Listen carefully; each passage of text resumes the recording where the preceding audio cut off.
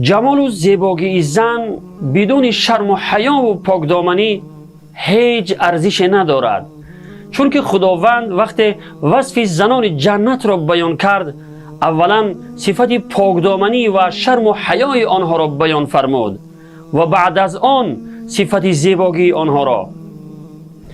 بسیار زنان زیبایی هستند که در جمال و زیبایی نظیر ندارند، ولی با وجود این از شوهرانشان طلاق میگیرند و هیچ مرد تیار نیست با آنها ازدواج کند مگر به خاطر یک ساعته یا یک شبینه استراحت.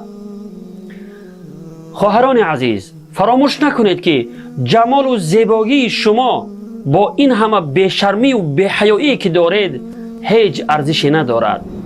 خداوند در سوره الرحمن وقتی وصف زنان جنت را بیان کرد فرمود: فیهن قاصرات الطرف لم یطمثهن انس قبلهم ولا جان.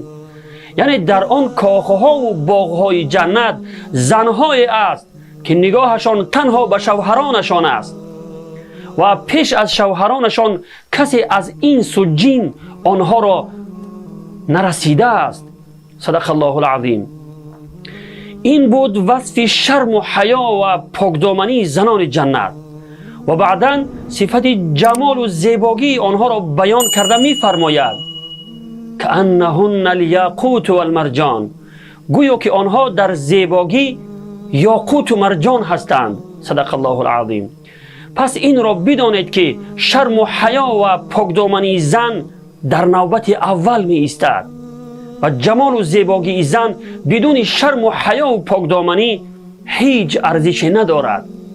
خدایا زنان و دختران و خواهران ما را شرم و حیا و عفت و پاکدامنی عطا فرما. آمین یا رب العالمین.